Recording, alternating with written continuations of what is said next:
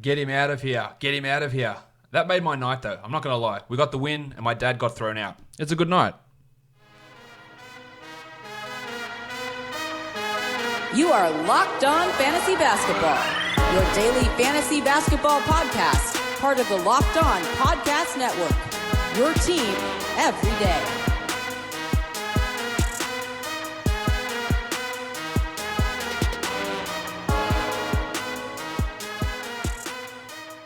Hello and welcome to the Locked On Fantasy Basketball podcast brought to you by Basketball Monster. My name is Josh Lloyd and I am the lead fantasy analyst at basketballmonster.com and at Yahoo Sports Australia.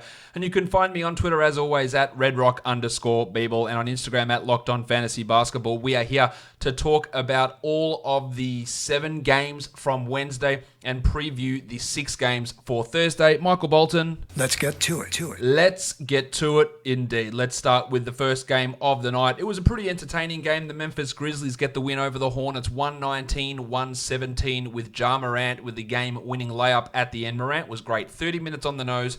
23 points, 11 assists. Now, one of the things I worried about him at the beginning of the season was his field goal percentage, but that hasn't been a concern. He was 67% from the field here. He looked great. He is almost definitely going to be a third-round draft pick next season, a top 40 player with the potential maybe to push into the top 30 would be my guess. When they ramp those minutes up to 35, he could very easily be averaging 20, 22, 23 points a game next season. I think maybe that's a bit hard. But look, if he was average 23 and 8 next year with 1.2 steals, I don't think it would be a complete turn-up. He's looked great so far. Jaren Jackson Jr. also, staying relatively out of foul trouble. 16 and 6, 4 triples, a steal and a block. Still not quite where we want him to be, and he seems to be a little bit behind where he wants to be or where we want him to be. But that's still relatively strong. And Dylan Brooksy Brooks, 15, 3 and 4, 2 steals and a block, playing actually quite well at the moment. He can still be inconsistent, which makes it harder to have him as a must-roster 12-team league guy, but he's putting up numbers which should at least give you some appeal to at least having him there and seeing where it goes with Grayson Allen out. The other guy benefiting from Allen not being there is Marko Guduric.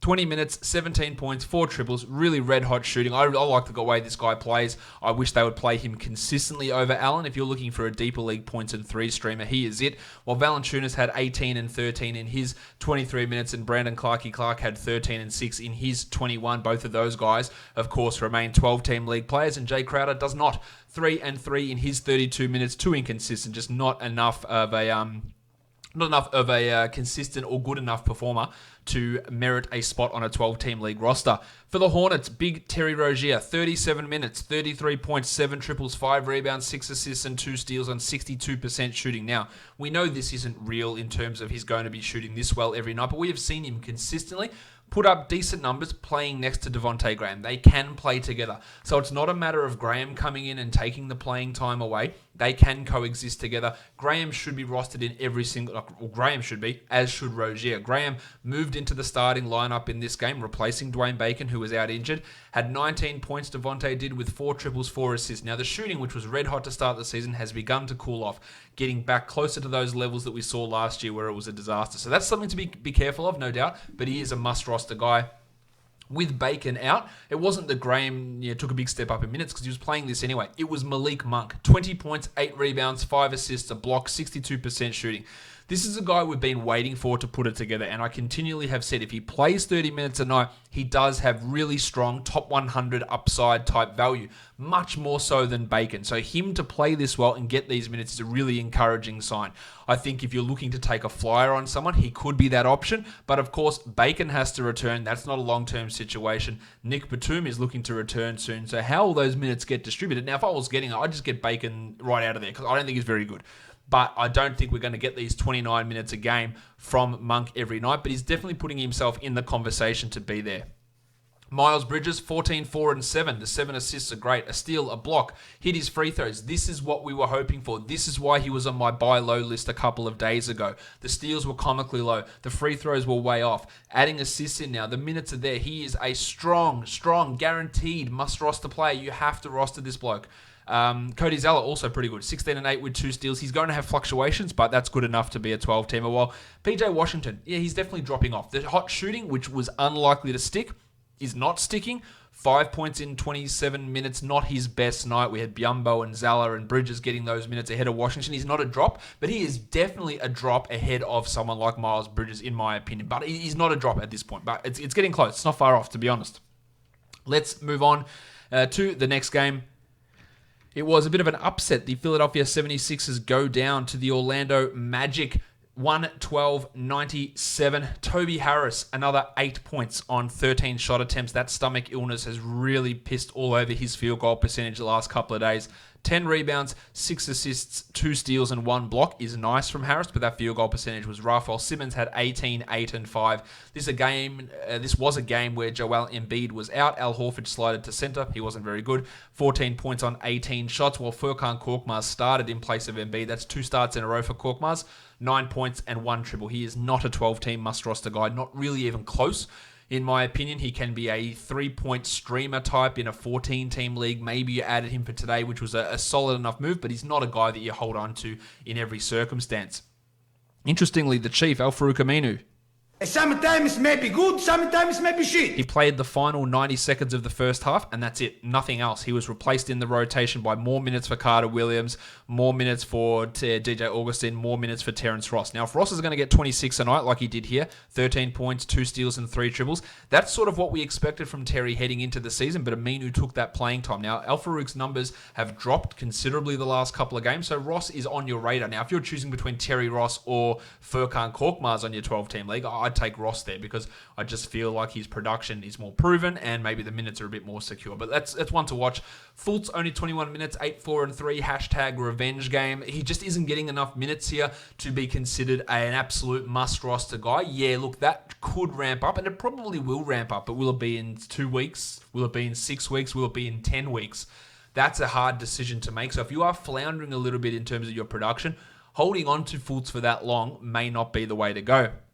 Johnny Isaac, I detailed him today on my Sell High show. Don't know why I called it that. On my Sell High show, saying he wasn't going to be able to maintain 3 blocks a game. He had 1 block here, 12 and 5. And this is what the future holds if those blocks drop down. Now, they won't drop down that bad, and he'll likely get steals. But this is sort of why I said he's not going to maintain those top 20 numbers that he's been putting up. And we got a good illustration of that today.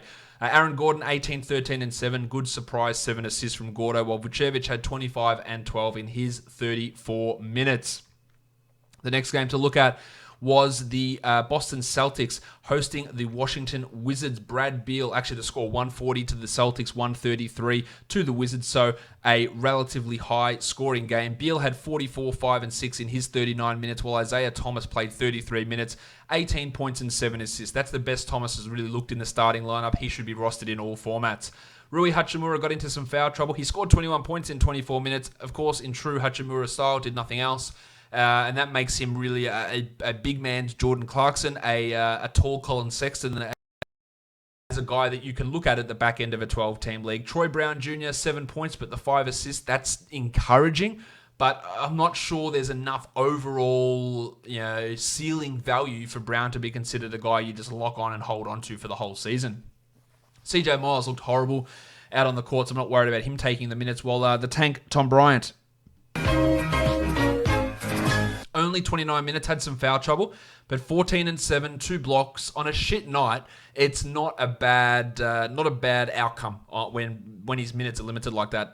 Davis Bertans, 3 triples for 9 points, 10 rebounds, solid enough, and he is that guy, again, like a Furkan Korkmaz, that you look as a points and threes type streamer, and probably a guy I would have over Korkmaz in those sort of scenarios. For the Celtics, Kemba had 25, 5, and 5, really, really good from him, 6 triples, while Marcus Smart, a clear must-roster guy in every league, 17, 4, and 5, 2 blocks, 4 triples, 36 minutes with Gordon Hayward out. Jaylen Brown also continues to look good. Now, I did mention him as a bit of a sell high guy, but he kept up the production here. 22, 5, and 4, a perfect 4 of 4 from the line. His efficiency is really up this season. I'm not sure that I 100% buy it, but we're getting into that stage where I think we have to start believing there is been an improvement from Brown. The 0 threes is a bit of a concern here. He missed his 3 attempts, but strong from him. Enes Kanter with both Robbie Williams and Daniel Tice out. Kanter started 13 and 9 in 25 minutes. Now, can we guarantee Kanter's getting 25 a night? I don't think we can. With how Williams has played, with how Tice has played, I'm not sure Kanter's going to be getting this level of playing time. If he does, that's a back-end 12-team league guy. But when your ceiling is back-end 12 team, then you're not 100% a must-roster guy. Tatum had 23, 3, and 4, while Grant Williams, despite those injuries, only played 11 minutes. He looks to be a little out of favor. And Carson Edwards got really hot late, 18 points in 20 minutes with 4 triples, not a reliable indicator of future performance from Carson Edwards. You guys, Thanksgiving week over in the States is coming up, and during Thanksgiving week, MyBookie is offering a risk-free bet on the Bears and Lions game. Simply choose a team against the spread for up to $250. And if you win, congratulations. That's extra holiday spending money for you. And if you lose, congratulations as well. MyBookie will give you all of your money back. That seems like an unbelievable deal. It's a no-brainer. You literally cannot lose. It's all risk. It's no risk and all gravy. It doesn't matter whether you're an experienced player or a first-time customer. MyBookie welcomes all to come play. So quit waiting around and sign up today. Just log on to mybookie.ag and make your first deposit with the promo code LOCKEDONNBA, and MyBookie will match your deposit dollar for dollar to jumpstart your bankroll, and that's on top of that risk-free Bears Lions Thanksgiving Day bet. Guaranteed deposit match, a risk-free bet on Thanksgiving only. So if you're a true football fan, if you're a basketball fan that enjoys free money and you do not want to let this opportunity pass you by, you simply cannot lose. Make sure you do your part to support your team this season. Hop on the gravy train and get in on the action with MyBookie. That's mybookie.ag, promo code LOCKEDONNBA. You play, you win, and you get paid. On to the next game of the day. It was the Houston Rockets and the LA Clippers. The Rockets with a 102-93 victory.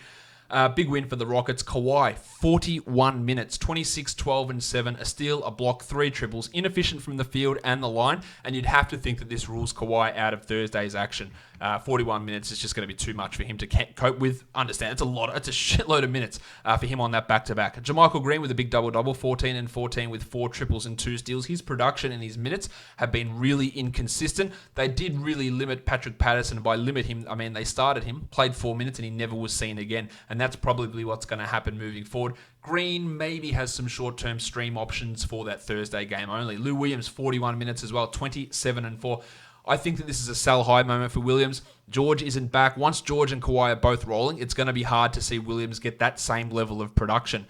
It was a stinker from Montrezl Harrell. The table had just 4 points on 12 shots, 9 rebounds, but of course he's never going to be that inefficient again. So don't fret too much. While flaming Mo Harkless, he started for Landry Shamet, 9 and 3 in his 24 minutes. Not the best night, really just a defensive type streamer. Paddy Beverly also fouled out in his 27 minutes, 6 points on 3 of 10 shooting. His shooting, and in particular his free throw shooting, has been an absolute disaster this season.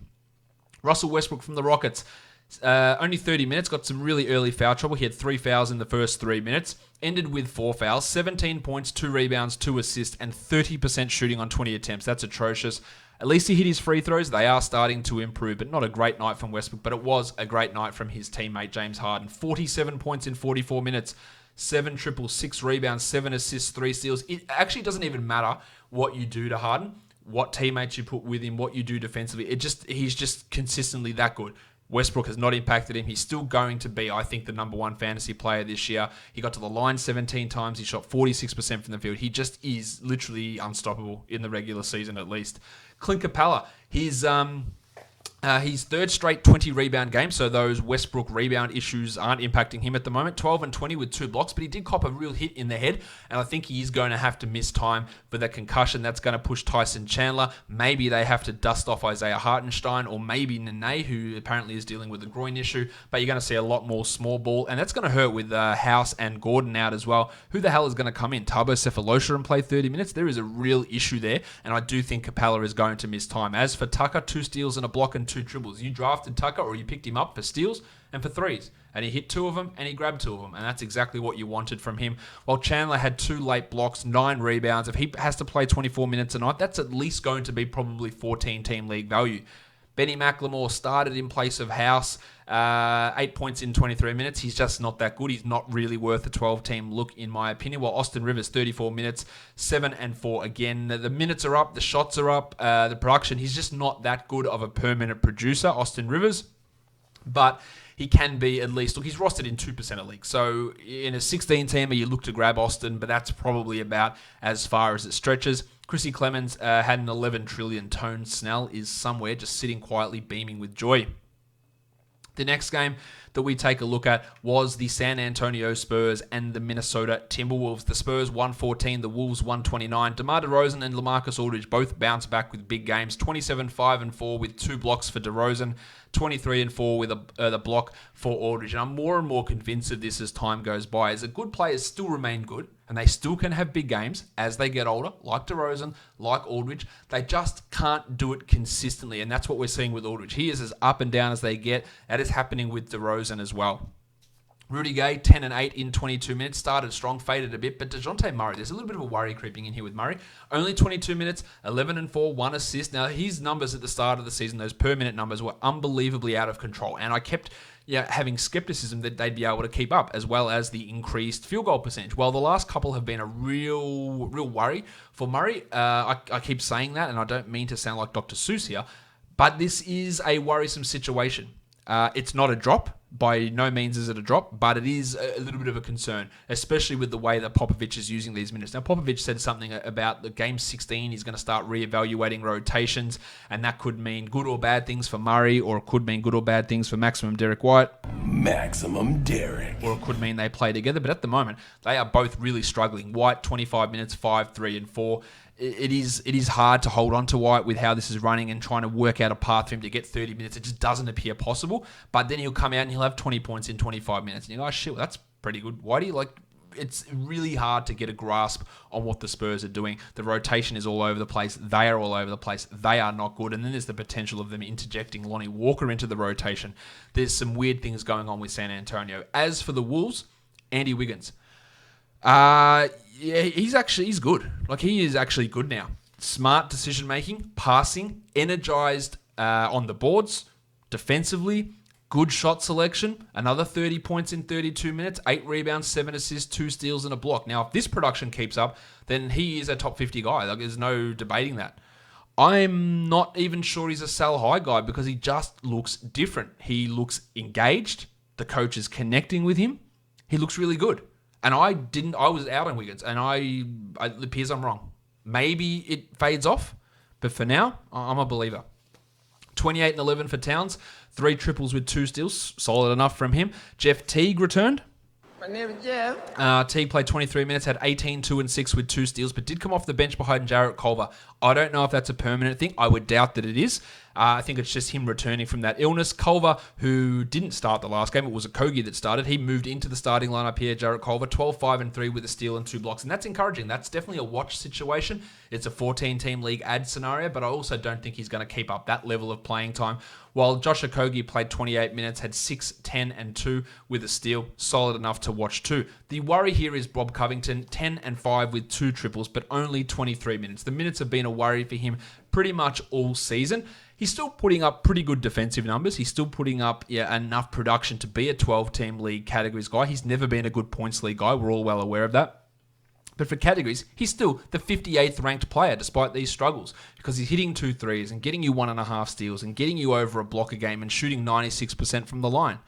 But the concerns are legitimate. Why are the minutes so low? Why are we seeing this playing time be reduced? Why are we seeing Jake Layman play 29 minutes and Trevion Graham get 2 points in 27 minutes and Covington being limited? It's a legitimate concern. Maybe it's a buy low, but it's got to be the lowest of lows. Like a couple of your worst 2 players for someone who's really frustrated with Covington because they wouldn't realize that he is the 58th ranked player. But as I say quite often, those low volume numbers, when they're up like 1.5 steals and 1.1 blocks, they mask a myriad of struggles in other areas and that pushes that ranking right up. And if those steals fall from 1.5 to 1.1, then he goes from being the 58th ranked guy to the 100th ranked guy. And then you really start to worry. Then those minutes really do become a big problem. And that is a concern for him, no doubt. Not much else happening there from the Timberwolves perspective, I don't believe. All right, let's go on to the next game now. We're looking at the Toronto Raptors. They beat the Blazers on the road, 114-106. Fred VanVleet, another huge game, 40 minutes again, 30 points, 4 triples, 7 assists, 2 steals and a block. He's somehow still available in 11% of leagues. If that is your league, please make sure you're adding him. He's putting up consistently great numbers, as is Pascal Siakam, 36 and 6 with 4 triples on 54% shooting. He was slowed down a little bit early, Siakam, but came through strong in the end. I think we've got to look at Marc Gasol as a 12 team. Pretty close to a must-add. 35 minutes, 9, 5, and 5, 3 triples, 4 blocks. The shooting efficiency is a problem with Gasol, and when Ibaka comes back, he probably does go back to being a drop, but for now, he's putting up good numbers. Storm and Norman Powell, not great. 2 points on 0 of 6 shooting. The 2 blocks are okay. As I said when Lowry went down, he can be an interesting points type of guy, but he doesn't do much else apart from that. And on nights like this, when he struggles then and outplayed by someone like Terrence Davis, then his value does reduce. And if there's someone else out there you want to grab, by all means, consider it. Malcolm Miller, the surprise starter, played 7 minutes and then never returned. Rondae Hollis-Jefferson, 2 big games in a row. 16 and 11, a steal and a block. You'd think that Hollis-Jefferson has at least played his way into the rotation, but the Jedi, OG Anunoby, Hello there. he will likely return next game, and that's going to put a cramp on Hollis-Jefferson's value. You could see Rondae play some more minutes over the water boy Chris Boucher, who did struggle here. Boucher only 15 minutes, 2 points and 7 rebounds, and while those first 2 games were great, the problem with someone like that who plays 21, 22 minutes is if something is off, he doesn't have those minutes to accumulate. Someone like Siakam here struggled a little bit early on, but when you're playing 41 minutes, the numbers are going to come through and you get more opportunities. That wasn't the case with Boucher here. So again, yeah, there is value with Ibaka out for him, but with Hollis-Jefferson playing this well and Anunoby coming back, how Boucher responds, and if he's only going to play backup minutes behind Gasol, if Rondae plays those backup minutes at the 4, that is going to have a real impact on him. So I wouldn't be surprised if his value drops off. Terrence Davis looked great. 15 points, 6 rebounds, 3 triples. Not a 12-teamer. Probably not 14 at this point. Definitely a 16-team league guy in this short-term period while Lowry's out.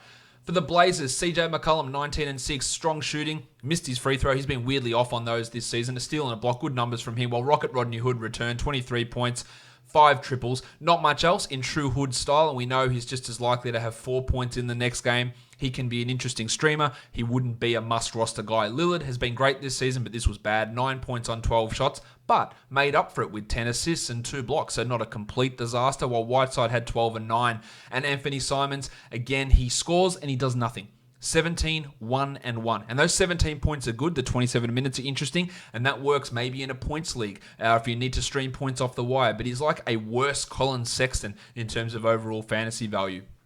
There was a change in the starting lineup.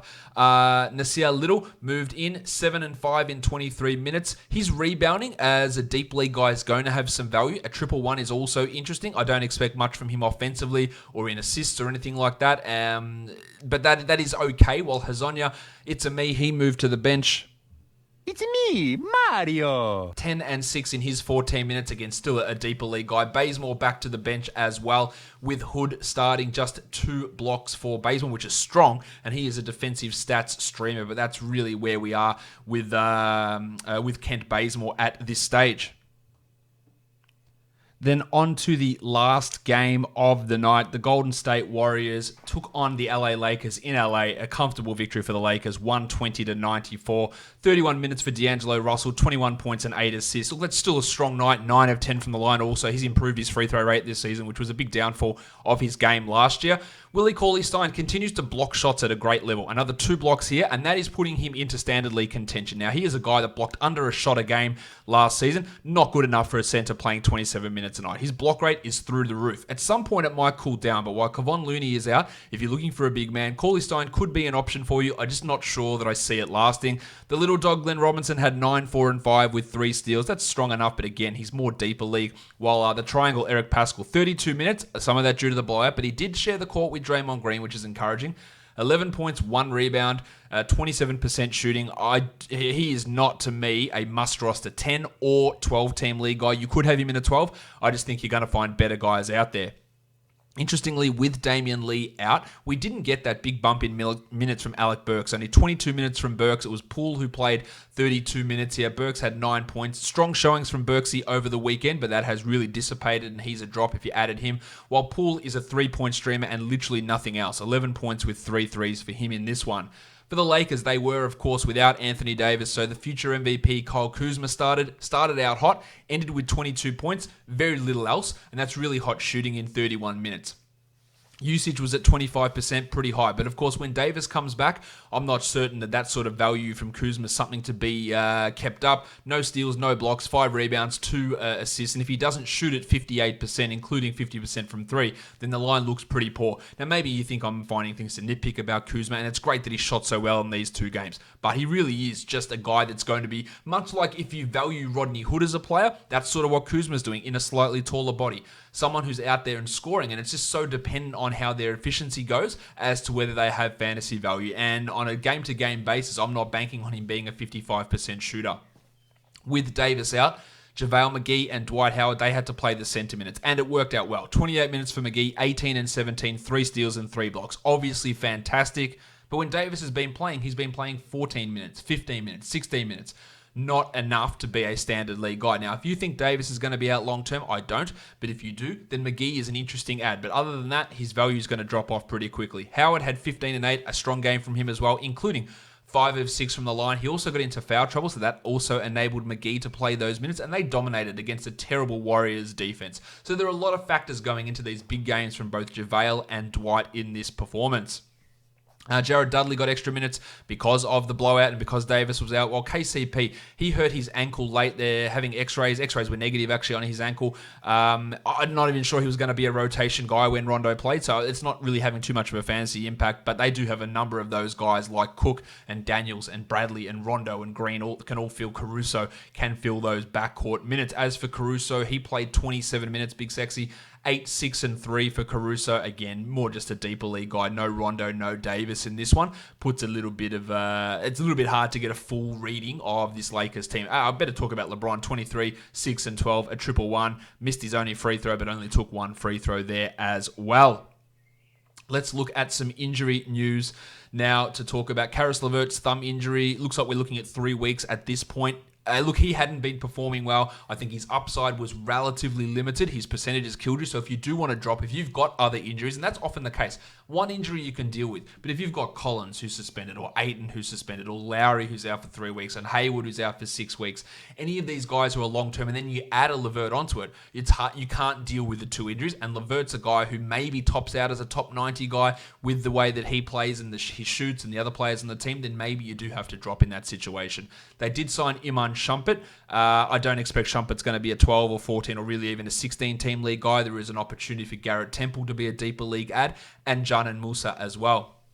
Josh the Hitman Hart will miss Thursday's game for the Pelicans. Brandon Ingram's still in doubt, so there's going to be some real opportunity for a stream value for JJ Redick and maybe even for Frank Jackson. Kevin Huerter is going to miss at least the next couple of games, Fanapants, with his shoulder issue. That's troubling because he was starting to play well. Again, we talk about low upside guys. I think he's still strong for a 12-team league guy, but if he's not playing and he's going to miss a week of action, then he does become droppable in that scenario. While Kyrie Irving is dealing with a shoulder impingement, that is obviously troublesome. Now, he's questionable at the moment. If he is out, and of course with LeVert out, that does increase the value of Spencer Dinwiddie and of Taurean Prince.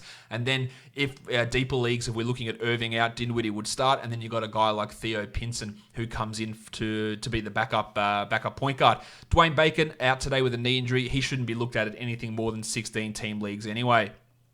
A couple of the other injuries today. Clint Capella with a head injury. I do think that's going to cost him a little bit of time, unfortunately. And then right at the end of the Lakers game, Caldwell Pope with that ankle problem. Again, he's not anything more than like a 20-team fantasy guy at this stage. So it's probably not going to be impacting too much on your overall fantasy experience for this season. A weird slate of games we've got coming up for Thursday. There are 6 games, one of them weirdly early, 6 p.m. Eastern. We're going to be looking at DraftKings pricing for today's game, so let's get stuck into those. All right, let's look at the first game. Now, the first game of the night is the Cleveland Cavaliers and the Miami Heat, but for some reason, it's a really, really early game. I haven't actually looked to see why it is so early. There must be something off with it to have it as weirdly timed as it is. It's at a 6 p.m. Eastern tip-off. So it's not included in the slates over on Fanjul and over on DraftKings. So we're not going to be talking about that one today because it is only in those single game slates. So the first game we're going to take a look at is the Clippers and the Pelicans. The Clippers on a back-to-back taking on the Pelicans. Lots of interesting stuff for us to look at here. Lonzo Ball is out. Josh the Hitman Hart is out for the Pelicans as well. Brandon Ingram, Jackson Hayes, and Jahlil Okafor are all questionable, so tons of different injury scenarios there for the Pelicans. As for the Clippers, we assume that Kawhi Leonard won't play. He played 40 minutes on Wednesday. We also assume that Paul George will make his season debut. He won't play the full 40 minutes that Kawhi did. He will just slot into his rotation spot. Landry Shamet will be out. What they do with Patrick Patterson remains to be seen. Patterson started Wednesday's game, played 4 minutes, and then wasn't seen again. So how they run this rotation is going to be interesting. You'd have to assume that Patterson, once George and Kawhi there, he is definitely out of the rotation, but it is going to be an intriguing thing. Will they start Mo Harkless again? JaMychal Green had another big game. There's a lot of ups and downs and up in the air type of situations, and a lot of value could open up for the Pelicans if we have Ingram and one of Hayes and Okafor out, because obviously if one of Hayes and Okafor is out, the other guy gets the backup minutes, it bumps Derek Favors up. If Ingram's out, Redick gets a huge bump, Frank Jackson gets a bump, Kenrick Williams gets a bump. Williams and Redick already likely to be starting, but that opens another spot in that starting lineup. Drew Holiday is going to have an extra run at things as well. So lots of interesting stuff could actually go down there. We are looking at DraftKings pricing here, and Frank Jackson's at $3,200. Now, Jackson hasn't really done much of late, but he can obviously go big, especially if we have Ingram out in addition to Hart, in addition to Ball. There is an opportunity there for him on Nickeil Alexander-Walker. Hasn't really done anything this season, but similarly to Jackson, he's going to have most likely an increased opportunity. And at $3,100, if he gives you 22 or 23, a distinct possibility, that's worthwhile. Drew's at $8,200. I really like his floor. If the shot falls, he'll smash through that. He's getting those numbers through peripheral stats anyway. He can get ahead of that. While Lou Williams played a shit ton of minutes on Wednesday, he's at $7,700. It will be a little bit interesting to see how they use him on this back-to-back. So I'm more cautious with him while Pat Beverly fouled out. If Kawhi is out, we might see some more. Kawhi will be out. Paul George won't be quite at the Kawhi level.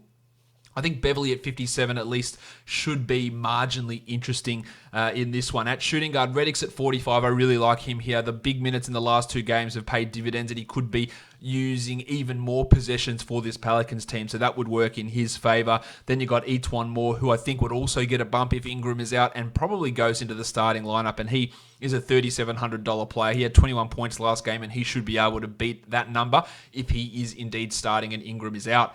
At small forward, flaming Mo Harkless.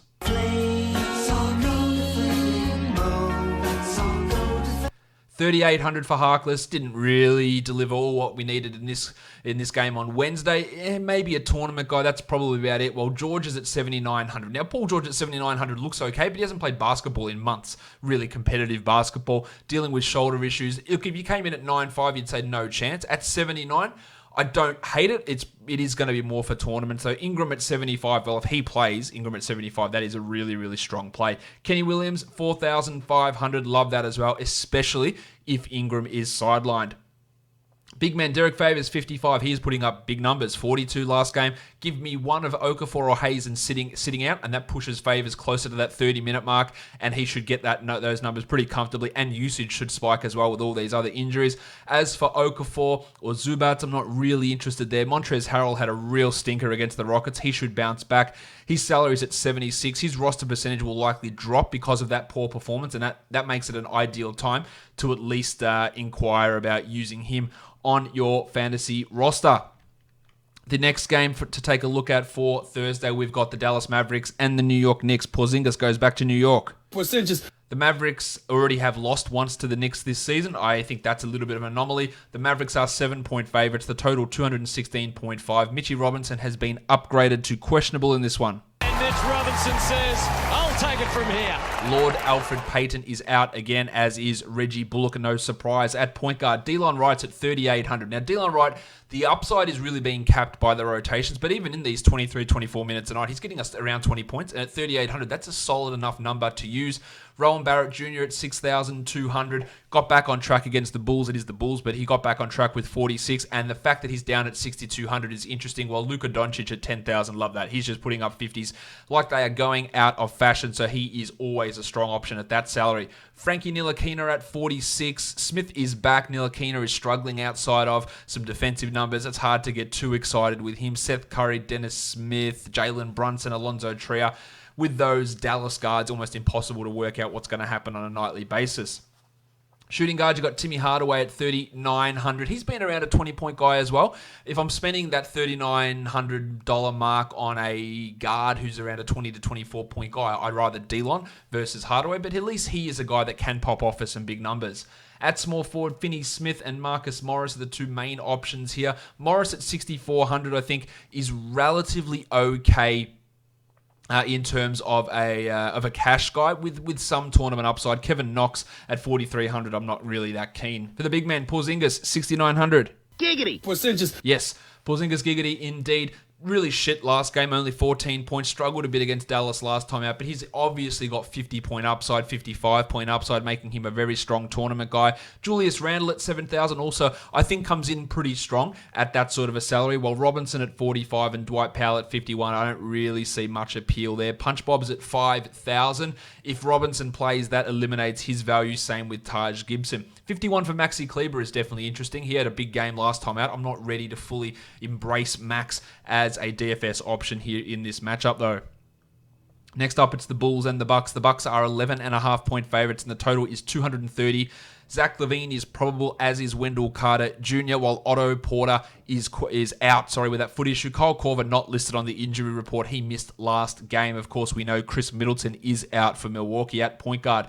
The big Ragu, Dante DiVincenzo's at 3,100. If they push him into a larger role at that almost minimum salary mark, he could be a 20-point guy, and that's enough value there, so absolutely someone to look at. Zach LaVine at 71. While I don't like what LaVine's done for most of this season, I think that price is absolutely worth looking at. While Kobe White went bananas last game, and they bumped his salary $1,300. That, to me, makes him a fade in this one. Satoransky at 5,000, just not enough upside and too low of a floor, while Eric Bledsoe's all the way up at 7,300 because he also has been putting up some pretty strong numbers, averaging 40 over the last 5. So, at 7,300, if you give me 40 with no Middleton, I'm more than happy to think that Bledsoe is a relatively strong guy here. Chrissy Dunn, who played well last time. In fact, Dunn is averaging 26 over the last 3. And with Porter out, we are seeing some of those 3-guard lineups, and that's helping Dunn. He's at 4,200. I don't completely dislike it. I'm just also not ready to trust it. George Hill could be an upside player with Middleton out. Shooting guard Sterlo Brown's at 44. He should get the bulk of those Middleton minutes, I would expect. But it doesn't mean that he's a must-roster guy. There is still some value there in him. Kyle Korver, Paddy Connaughton, Wesley Matthews. Look, all those Connaughton, Korver, and Matthews guys are going to absorb a lot of the Middleton minutes, so there is some value potentially in them, but it's probably more going to be for GPPs. Antetokounmpo's at 11.7, love that. That is absolutely smash-worthy against this Bulls team, while Thad Young at 45, I just don't really see the upside, same with Chandler Hutchison. For the big man, Wendell Carter Jr. is at 5,600. That is really, really cheap for Carter, who is averaging 29 over his last 5. Love that. Really strong number. While Brook Lopez at 52, also really strong floor. I like both of the centers in this one. Lauri Markkanen is at $6,000. Oh, hi, Mark. Only a tournament guy at the moment, really can't get much cracking, but if the shot actually for once goes in and he's dealing with this oblique issue, then there is something there for him. Ilyasova and Robin Lopez, they're not the guys that I think we need to be too concerned about. Next game up for us to look at is the Atlanta Hawks and the Phoenix Suns. The Suns on the road are at home are favored by 7, and the total is 227.5. We know that John Collins is out. Kevin Huerter, Fanderpants, is also out for Atlanta. Cam Reddish is probable. Alex Len is probable, while Chandler Parsons has been upgraded to doubtful for all of those of you who care about Chandler Parsons.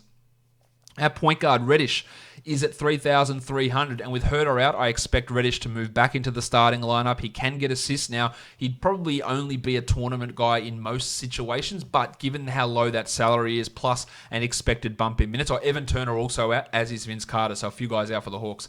There is some value in Reddish. Same with Bembry at 3,900, who's going to get an elevated chance to play power forward with Carter out, and at shooting guard with Huerter out, and that's going to help his overall value.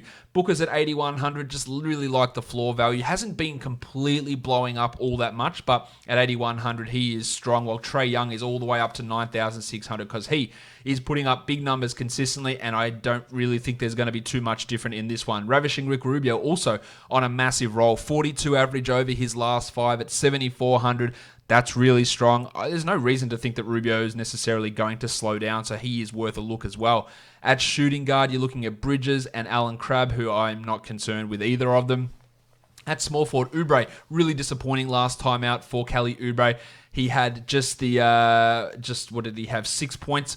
At 5,500, he is an interesting bounce back sort of guy whose roster percentage is likely going to be lower, so that makes him interesting. And DeAndre Hunter, just with all those injuries at 4,000, probably more for cash to be a 23, 24 point guy. Hunter can fit in just given those opportunities. A name to watch as a tournament play, Cam Johnson, who's playing quite well, getting those minutes over Bridges, playing power forward, playing small forward, can bang in some threes, can be a 25 point guy at 3,400. That is at least worth looking at. He has had a 30 point game as this season as well. Well, Jabari's at 7,200, and he is just shitting those numbers in every week or every game, getting you almost 40 a night over the last 5, and that is plenty at 7,200. Dario Saric is not really on my radar, despite a good game last time out. At center, we had Damo Jones start last time out for the Hawks over Alex Len, and Len went off in the bench roll. 29 points at 3,600. That's worth at least tournamenting, while Damo Jones at 37 also worth a GPP look. And then on the other side, Bainesy, 5,900. Bainesy is putting up consistent 30-point nights. In fact, his lowest score in his last 5 games has been 30. So Baines at 5,900 absolutely should be on your DFS radar for these games on Thursday. The last game of the day, the Brooklyn Nets and the Denver Nuggets. Karis LeVert is out. Kyrie Irving has a shoulder impingement issue. He is listed as questionable. I will be pretty surprised if Irving plays, to be honest. And if he is out, we're looking at a big boost for Garrett Temple and Spencer Dinwiddie and Joe Harris and Taurean Prince. All that usage is going to have to go right around. Malik Beasley still listed as questionable by the Nuggets. As for Irving, he's at 88. Now, if he plays, I think there is some value in him at that salary. The Blue Arrow, Jamal Murray at 68. I think I can find better point guards out there, but that's not a horrible option. Spencer Dinwiddie at 57. That becomes really smashable if Irving's out. One of the better plays of the day, if that happens. Malik Beasley at 3,000. No, thank you. Farton Will Barton, 6,600. Barton has point guard, small forward eligibility. He is giving us 40 a night. He is also shooting about 55% from 3, something that is likely to drop down at some point, but he is worth looking at with how well he is playing. At shooting guard, Gaz Harris, 4,700. Nice, Gary! Look, he had 26 last game. That's okay. It wasn't his best performance. He played 40 minutes to get there. I'm not super into Gary Harris at that salary. Smokin' Joe Harris at 46 is a tournament player to me. For the small forwards, the artist formerly known as Taurean Prince. If Irving is out, I really do like this for Prince at 5,300, who should be able to get you 25, probably pushing up to 30 points. So he becomes strong in that scenario. Well, Janan Musa at 33. He could get some extra run with LeVert out. I'm not really thinking he's a massive DFS play, though. For the big men, Jarrett Allen at 42. Well, it's all going to be about can he control his fouls. That salary is down $800, so that absolutely puts Allen in play. If he plays 28 minutes, he will beat that number pretty comfortably. While Nikola Jokic, Big Chungus, 8,600. Despite his struggles, he's still averaging 48 points over the last 3 games, and at 8,600, that's more than enough. So no reason to think that Jokic can't be an option. Well, DeAndre Jordan really putting up big numbers. 35 average over the last 3, 51 last game in the game that Allen fouled out in 18 minutes. But that salary rise makes him rather unpalatable to me, because if he plays 21 minutes, then you've just set your money on fire, and that is the risk there. Jeremy Grant is not interesting, neither is Nick Claxton or Mason Plumlee. There is a Paul Millsap in here somewhere that I've managed to skip over. I'm just going to try and find him on my list. Yeah, he's at 5,600. He's giving us 30 a night relatively consistently, so I do like Paulie Millsap in this matchup. Let's flick it over to Fanjul and have a look at some value options. Oubre at 55 looks good. There's a bunch of these cheap options like Reddish and Bembry and Harkless who've got some upside. Antetokounmpo at 12.4 is strong. Temple and Allen also coming in at nice prices. That Jarrett Allen. Brook Lopez, Kobe White as a GPP option is a much preferable Fanjul guy than DraftKings. Kenrick Williams, Taurean Prince, Damian Jones, Jabari Parker, Spencer Dinwiddie, Aaron Baines, Sterling Brown, Porzingis, Trae Young, Cam Johnson, Frank Jackson, Lauri Markkanen, all having some value over on Fanjul. That will wrap it up for us today, guys. So make sure you are subscribing to this podcast. Apple Podcasts, Google Podcasts, Stitcher, Spotify, YouTube. Give me a thumbs up. Leave a comment. All those great things. And follow me on Twitter at RedRock_Bball and on Instagram at LockedOnFantasyBasketball. Guys, we are done here. Thank you so much for listening, everyone. See ya.